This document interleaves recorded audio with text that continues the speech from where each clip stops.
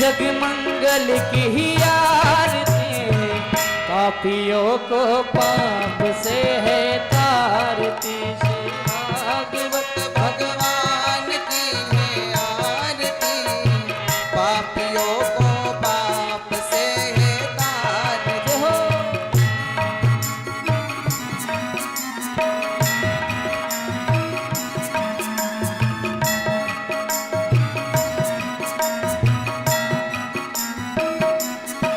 हो ये मधुर बोल जग पंथी कोल, सतमार्ग दिखाने वाला, बिगड़ी को बनाने वाला।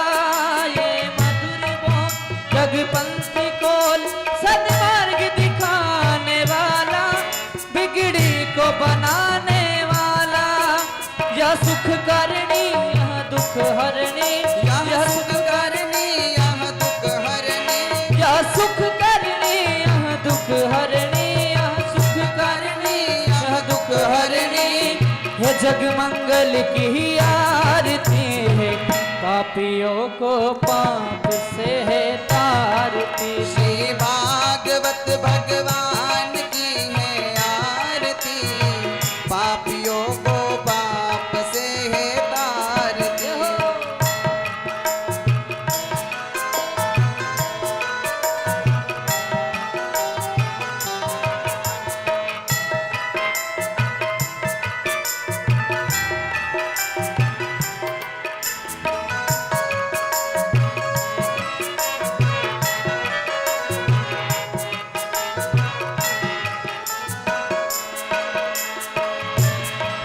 यह मधुर बोल जग पंथी खोल, सतमार्ग दिखाने वाला, बिगड़ी को बनाने वाला। यह मधुर बोल जग पंथी खोल, सतमार्ग दिखाने वाला, बिगड़ी को बनाने वाला। श्री राम यही घनश्याम यही, श्री राम यही घनश्याम यही, श्री राम यही घनश्याम यही, श्री राम यही घनश्याम यही। है मधुसूदन की आरती, पापियों को पाप से है तारती। श्री भागवत भगवान की है आरती, पापियों को पाप से है तारती। हो पापियों को पाप से, पापियों को पाप से, पापियों को पाप से, पापियों को पाप से। श्री भागवत भगवान की है आरती, पापियों को पाप से है तारती। श्री भागवत भगवान की है आरती, पापियों को पाप से है तारती। आइए हनुमान जी की आरती को चलते हैं। आरती हो रही रे बालाजी तोरी ध्वजा लाल लहराए, आरती हो रही है बालाजी तोरी ध्वजा लाल लहरा। हो ध्वजा लाल लहराए, बालाजी तोरी ध्वजा लाल लहराए, ध्वजा लाल लहराए, बालाजी तोरी ध्वजा लाल लहराए। आरती हो रही रे बालाजी तोरी ध्वजा लाल लहराए, आरती हो रही है बालाजी तोरी ध्वजा लाल लहरा। हो कौन उतारे बाबा तोरी रे आरती, कौन उतारे बाबा तोरी रे आरती, कौन उतारे बाबा तोरी रे आरती। कौन उतारे बाबा तोरी रे आरती। कौन ध्वजा लहराए मंदिर में, कौन ध्वजा लहराए। आरती जय हो, आरती जय जय। आरती हो रही रे बालाजी तोरी ध्वजा लाल लहराए। आरती हो रही है बालाजी तोरी ध्वजा लाल लहरा। हो भगत उतारे बाबा तोरी रे आरती, भगत उतारे बाबा तोरी रे आरती। हो भगत उतारे बाबा तोरी रे आरती। भगत उतारे बाबा तोरी रे आरती। हो संत ध्वजा लहराए मंदिर में, संत ध्वजा लहराए। आरती जय जय आरती हो रही रे बालाजी तोरी ध्वजा लाल लहराए आरती हो रही है बालाजी तोरी ध्वजा लाल लहराए तो काहे के बिरवा बाबा के भवन में काहे के बिरवा बाबा के भवन में काहे के बिरवा बाबा के भवन में काहे के बिरवा बाबा के भवन में तुलसी के बिरवा बाबा के भवन में तुलसी के बिरवा बाबा के भवन में सत ध्वजा लहराए हो मंदिर में सत ध्वजा लहराए आरती जय हो आरती जय जय आरती हो रही रे बालाजी तोरी ध्वजा लाल लहराए आरती हो रही है बालाजी तोरी ध्वजा लाल लहराए आरती हो रही रे बालाजी तोरी ध्वजा लाल लहराए आरती हो रही रे बालाजी तोरी ध्वजा लाल लहराए आरती हो रही रे बालाजी तोरी ध्वजा लाल लहराए बालाजी तोरी ध्वजा लाल लहरा बालाजी तोरी ध्वजा लाल लहराए। अपनी आरती में कपूर लगा लेवे कर्पूर गौरम करुणावतारम संसार सारम भुजगेन्द्रहारम सदा वसंतम हृदयारविंदे भवं भवानी सहितं नमामि आरार्तिक्यं जलेन शीतलीकरणं पुष्पे देवाधिवंदनम देववंदनम स्वयं गृहीतवान्तर्गधेन आरती के ऊपर जल घुमाएं कैमरे का थोड़ा ध्यान रखें ओम आरार्तिक्यम अथ मंत्र पुष्पांजलि ओम विश्वतक्षुरुता विश्वतो मुखो विश्वतो बाहुरुता विश्वतस्मात् संबाहुभियन्धमति सम्पत्रेर्ध्यावा भूमि जनयन्त देव एकः हरिः ओम ओम एकदन्ताय विद्महि वक्रतुण्डाय धीमहि तन्नो दन्ति प्रचोदयात्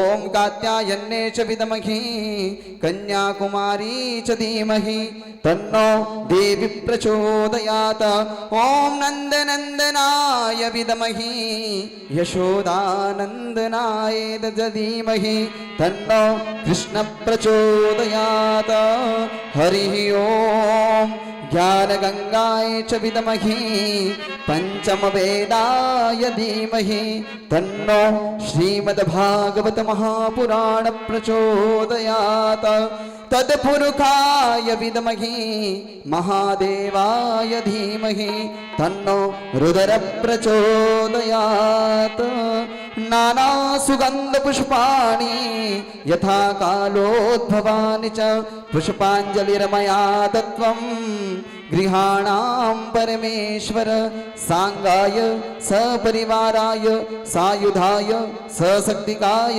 सवानाय प्रधानपीठेश्वर आवाहित स्थापित मंडल देवता वरुण देवता श्री पुराण पुरुषोत्तमाय नमो नमः बालकृष्ण कन्हैया लाल देवता श्री अनंत कोटि ब्रह्मांड नायक श्री सद्गुरु देवताभ्यो नमो नमः श्री आवाहित स्थापित श्री वीर हनुमत देवता सीता रामचंद्र देवताभ्यो नमो नमः मंत्र पुष्पांजलिं समर्पयामि सेवंतिका मकुल चंपक पाटलाब्धे पुण्यागजादिकरवी दलसार पुष्पे बिलव प्रभा तुलसी दल मंजरीति त्वां पूजयामि जगदीश्वर में प्रसीद प्रार्थना पूर्वकम नमस्कारान करोमि। सभी भक्त अपने स्थान पर 3 प्रदक्षिणा करें। ओम यानि कानि च पापानि जन्मान्तरकृतानि च तानि सर्वाणि नश्यन्तु प्रदक्षिणायां पदे पदे पापोऽहं पापकर्माहं पापात्मा पाप संभव त्राहि मां पार्वतीनाथो सर्व पाप हरोद्भवं महा। बोलिए बाके बिहारी लाल की जय। देखो अवंतिका से अगर यजमान पधारे हैं सभी तो आवाज जयकारा की जोर से आने चाहिए। क्योंकि वहां का जयकारा ही क्या है, महाकाल हर। बोलिए भागवत महापुराण की, सदगुरुदेव भगवान की, कृष्ण कन्हैया लाल की, हर के सहारे की, सदगुरुदेव भगवान की, सावरिया सेठ की, शिव नमः पार्वती वती, हर हर महादेव। दुख हर दारिद्र हर, आनंद की लहर कर, हर हर महादेव हर। समस्त भक्तगण यथावत अपने स्थान को ग्रहण करें। आप सभी ने प्रभु की सुंदरमय आरती में भाग लिया। एक बार पुनः मैं कहना चाहूंगा, अवंतिका नगरी की धराधाम से पधारे सभी भक्तों को श्री भारत माता सेवाश्रम न्यास परिवार की ओर से जय श्री राम, जय श्री राधे।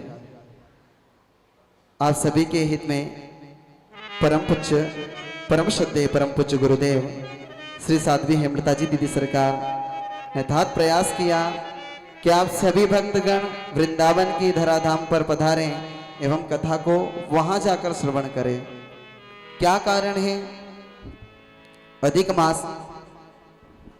मास में अगर किसी तीर्थ नगरी में अगर कथा श्रवण करेंगे तो आपको करोड़ों गुना उसका पुण्य लाभ प्राप्त होगा।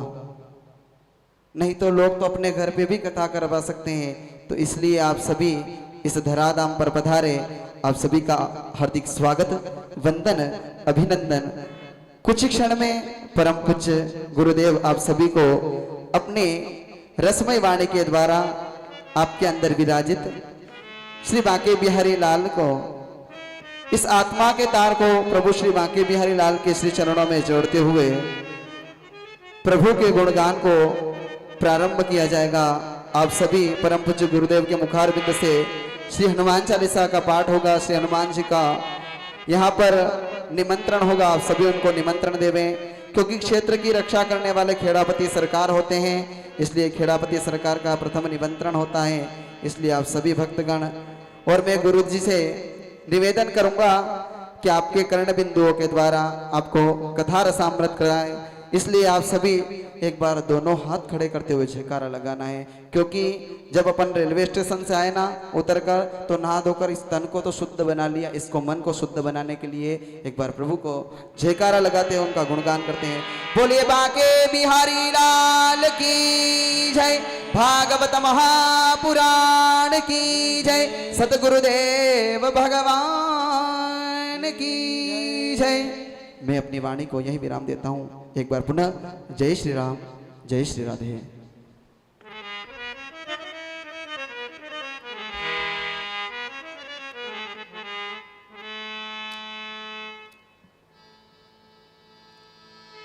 गजाननं भूतगणादिसेवितं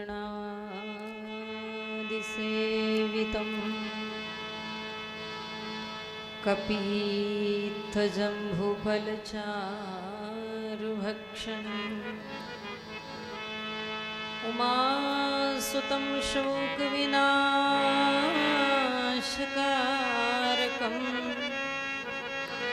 नमामि विघ्नेश्वरपादपङ्कजम्।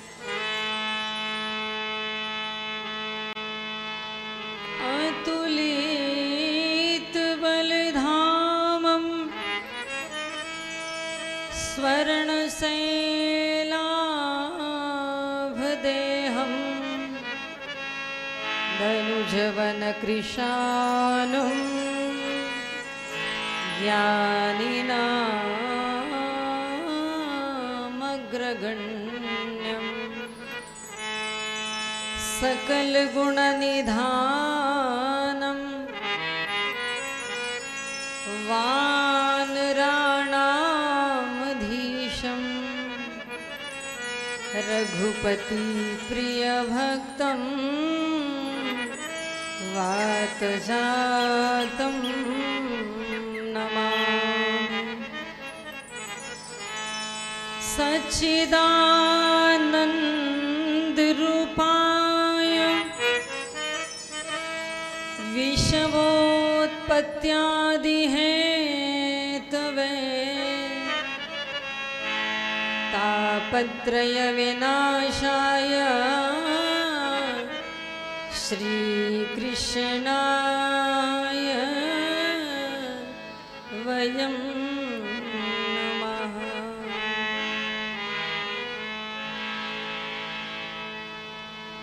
शत्रुनाश की ये महारानी एक चित्त जपो भवानी। हरि कथा के रसिक तुम भक्त राजमति धीर। आई श्वासन लीजिए तेज पुंज महावीर। वंदे देवमापतिं सुरगुरुं वंदे जगत्कारणं वंदे पन्नगभूषणं मृगधरं वंदे पशूनां पतिं वंदे सूर्यशशाङ्कवहनिनयनं वंदे मुकुन्दप्रियः वंदे भक्तजनाश्रयं च वरदं वंदे शिवं शङ्करम्। रामाय रामभद्राय रामचन्द्राय वेदसे रघुनाथाय नाथाय सीताय पतये नमः।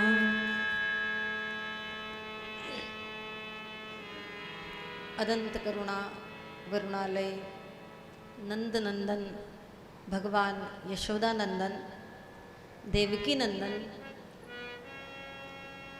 श्री कृष्ण की वांगमयी श्रीमद् भागवत कथा में हम सब लोग उपस्थित। हम सब बड़भागी हैं जो अवंतिका नगरी से पधार कर चल करके भगवान बांके बिहारी जो जगत के जगदाधार है, जगत पिता है, ऐसे जगत पिता की जन्मस्थली का दर्शन करते हुए उनकी लीला भूमि में आज उनकी कथा श्रवण करने के लिए उपस्थित हैं। आप सब लोगों के पूर्वजों के पुण्य है जिसके कारण आप सब लोग यहाँ उपस्थित हुए हैं।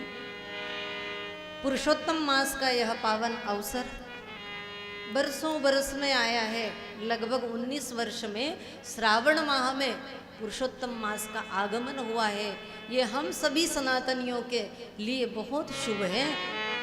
देखिए, आप जैसे ही श्रावण मास प्रारंभ हुआ और आपकी यात्रा का योग बन गया, पूरा वर्ष आपका मंगलमय हो।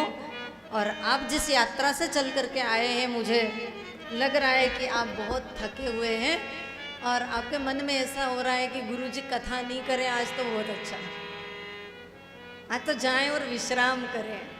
अच्छा, विश्राम कहाँ नहीं मिलेगा जब हम भगवान नंदनंदन यशोदानंदन की गोदी में आ गए हैं, जहाँ वात्सल्य की गोदी में हम आ गए, तो फिर हमें विश्राम क्यों नहीं मिलेगा? यहाँ तो विश्राम मिलेगा ही, क्योंकि यहाँ तो सबको आश्रय मिलता है, यहाँ तो सबको विश्राम मिलता है। और मनुष्य जीवन का जो अंतिम सत्य है वह भी विश्राम ही है। हाँ, तो आइए हम भगवान की कथा श्रवण 7 दिन तक करेंगे। तो पूर्व में हमारी परंपरा के अनुसार सभी देवताओं का आह्वान हम हनुमान चालीसा में कर लेते हैं।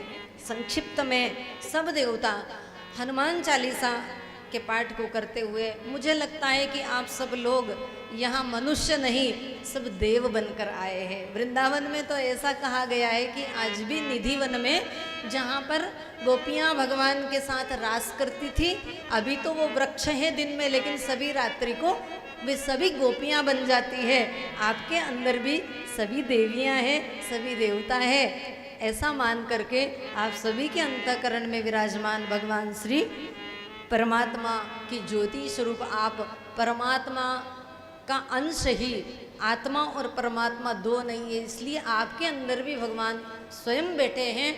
सिय राम में सब जग जानी, करहु प्रणाम जोरी जुग पाने की भावना से आइए हम सब चलते हैं हनुमान चालीसा की ओर।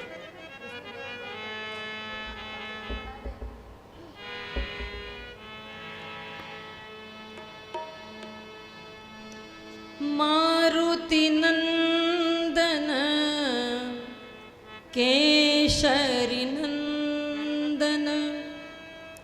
मारुति नंदन केशरी नंदन अंजनी का जाया हनुमान सुमेरु में बजरंगी अंजनी का जाया हनुमान सुमेरु में बजरंग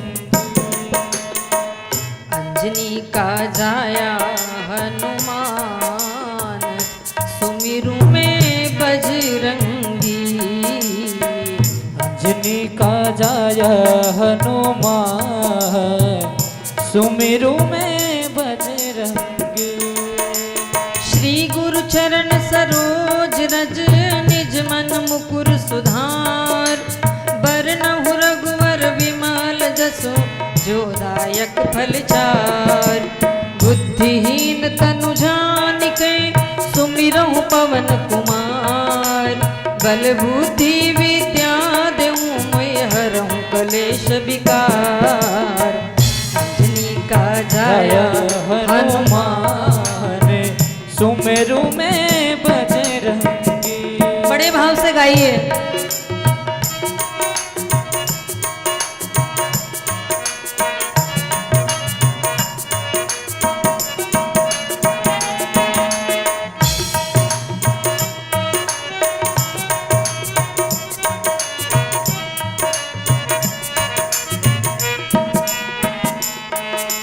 जय हनुमान ज्ञान गुण सागर जय कपीस तिहु लोक उजागर रामदूत अतुलित बलधामा अंजनी पुत्र पवन सुत नामा महावीर विक्रम बजरंगी कुमति निवार सुमति के संगी कंचन वरन विराज सुवेशा कानन कुंडल कुंचित केसा हाथ वज्र और ध्वजा विराजे कांधे मूज जनेऊ साजे कर सुवन केसरी नंदन तेज प्रताप महाजगवंदन विद्यावान गुणी अति चातुर राम काज करिवे को आतुर प्रभु चरित्र सुनिबे को रसिया राम लखन सीता मन बसिया सूक्ष्म रूप धरि सियहि दिखावा विकट रूप धरि लंक जलावा भीम रूप धरि असुर सहारे रामचंद्र जी के काज सवारे लाय सजीवन लखन जियाए श्री रघुवीर हरषि उर लाए रघुपति कीनी बहुत बड़ाई तुम मम प्रिय भरत सम भाई सहस बदन तुम रोयस गाए हस कई श्रीपति कंठ लगावे सनकादिक ब्रह्मादि मुनीसा नारद सारद सहित ईसा जम कुबेर दिखपाल जहाँ ते कवि कोविद कह सके कहाँ ते तुम उपकार सुग्रीव ही कीना राम मिलाए राजपद दीना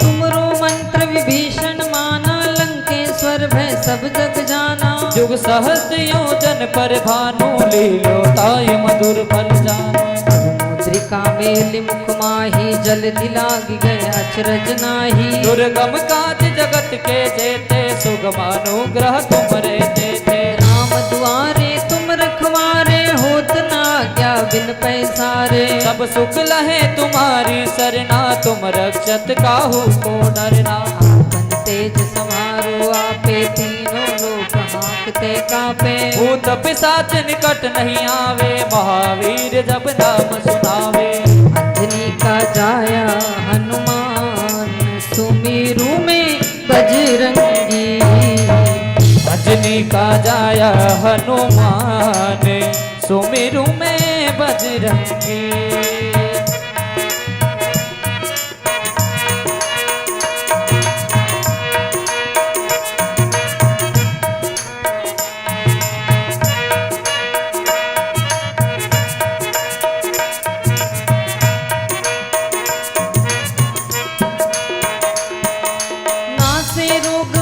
सब पीरा जपत निरंतर हनुमत वीरा संकट से हनुमान छुड़ावे मन क्रम वचन ध्यान जो लावे सब पर राम तपस्वी तपस्वी राजा तिनके काज सकल तुम साजा। और मनोरथ जो कोई लावे सोई अमित जीवन फल पावे। चारों जुग प्रताप तुम्हारा है प्रसिद्ध जगत उजियारा। साधु संत के तुम रखवारे असुर निकंदन राम द्वारे। अष्ट सिद्धि नवनिधि के दाता असवर दीन जानकी माता। राम रसायन तुमरे पासा सदा रहो रघुपति के दासा। तुमरे भजन राम को पावे जन्म जन्म के दुख बिसरावे। अंत काल रघुवरपुर जाई जहाँ जन्म हरि भक्त कहाई। और देवता चित्तन धरहि हनुमत से ही सर्व सुख करहि। संकट कटे मिटे सब पीरा जो सुमिरे हनुमत बलवीरा। जय जय जय हनुमान गुसाई कृपा करहु गुरुदेव की नाई। जो सत बार पाठ कर कोई छूटई बंदी महासुख होई। जो यह पढ़े हनुमान चालीसा होई सिद्ध साखी गोरी सा।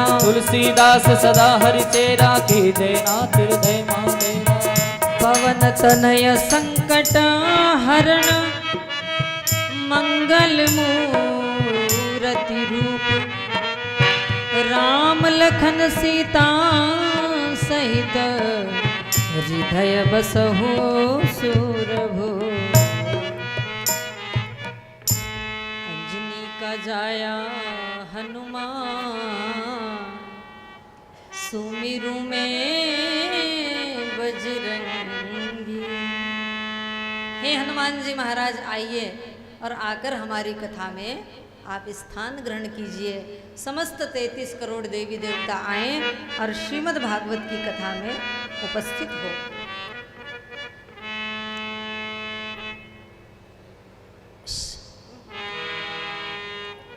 श्रीमद् भागवत कथा और राम कथा।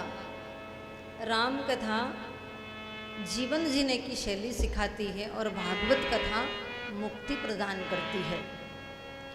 हमें मुक्ति चाहिए कि जीवन को आनंदमय बनाना। दो चीजें हैं। अच्छा, मुक्ति चाहिए तो मुक्ति के लिए तो आदमी सोचता है कि मरना पड़ेगा, मरेंगे तब जाकर मुक्ति मिलेगी। पर जीवन का आनंद तो जीते जी ले सकते हैं ना। तो क्या चाहिए हमें? मुक्ति चाहिए कि हमें जीवन का आनंद चाहिए।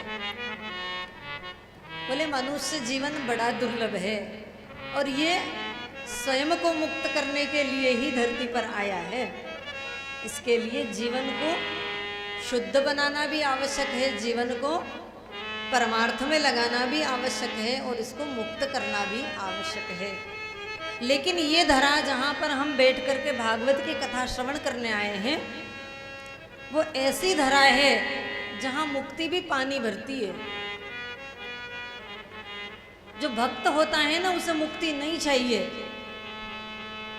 जो भक्त होता है वो कहता मुक्त हो जाऊंगा तो सेवा छूट जाएगी, पूजा छूट जाएगी, मैं अपने हाथ से सेवा कैसे करूंगा ठाकुर जी की। इसलिए ब्रज में कहा है मुक्ति भी जहां भरती पानी।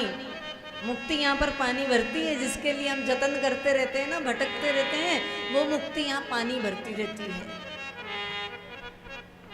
गीता जी में भी भगवान कहते हैं परमात्मा का जो सानिध्य है उसका आनंद कहीं भी नहीं है। भगवान की शरण में रहना, भगवान के निकट रहना, भगवान के पास में रहना। तो जब हम मुक्त हो जाएंगे तो कहाँ भगवान के पास रहेंगे? और मुक्ति आखिर है क्या? किसने देखी कि मुक्ति क्या है? जब आत्मा अमर है तो फिर मुक्ति होती किसकी है? आत्मा तो अमर है ना। अच्छा, ये शरीर नहीं तो दूसरे शरीर में चली जाएगी, लेकिन आत्मा तो अमर है, फिर मुक्ति किसकी हुई?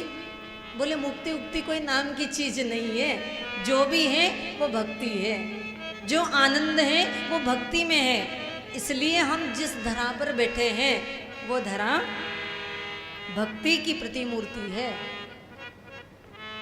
तो हमें भगवान की भक्ति करने के लिए भगवान के निकट होना परम आवश्यक है। श्रीमद् भागवत कथा का शुभारंभ होता है सच्चिदानंद रूपाय विषवोत्पत्त्यादि है तवे तापत्रय विनाशाय श्री कृष्णाय वयम नमः। अच्छा, आपने भगवान के स्वरूप को देखा कि भगवान कैसे होते हैं? भगवान को किसी ने देखा? नहीं देखा। भगवान का स्वरूप है सद, चिद और आनंद। तो भगवान कहाँ है? बोले भगवान हमारे अंदर बसता है। ये भगवान का स्वरूप है, सत, चित्त और आनंद। सत, चित्त, आनंद तीन है। और ब्रह्म कितने हैं? बोले ब्रह्म एक है। लेकिन उनके स्वरूप कितने हैं? तो तीन बताए, ब्रह्मा, विष्णु और महेश। भगवान को प्राप्त करने के लिए मार्ग कौन से बताए? भक्ति मार्ग, कर्म मार्ग और ज्ञान मार्ग। इन तीन मार्ग से भगवान को हम प्राप्त कर सकते हैं। और वैसे तो देखा जाए तो नित्य भगवान है। भगवान को प्राप्त करना नहीं करना, भगवान जब हमारे अंदर ही है, जहां सत्य है वहां परमात्मा है। जहां चित्त के अंदर चित्त वृत्ति हमारी, जब इसका संयोग होता है, योग चित्त वृत्ति निरोधया, जब हम योग करते हैं ना तो चित्त की वृत्तियां बदल जाती हैं। योग का मतलब होता है दो चीजों को जोड़ देना। और जब योग होता है तो जुड़ जाता है। जब भगवान से हमारा कनेक्शन जुड़ जाता है तो हमें भगवान की प्राप्ति हो जाती है।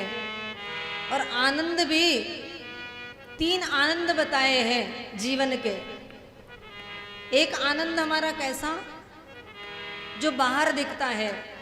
एक आनंद हमारा कैसा है? जो वस्तुओं से मिलता है। और एक आनंद हमारा अंदर ही है। कुछ लोग भगवान को सोना चढ़ाते हैं, सोने से भगवान हमें मिलेगा। कुछ लोग भगवान को अनेक प्रकार के व्यंजनों का भोग लगा करके प्रसन्न करते हैं कि भगवान हमको मिलेगा। पर इस आनंद में और अंदर के आनंद में बड़ा अंतर है। इसलिए जो आनंद अंदर का है, सद, चित और आनंद, उस आनंद की बराबरी हम कर नहीं सकते। एको ब्रह्म द्वितीयो नास्ति। वेद क्या कहता है?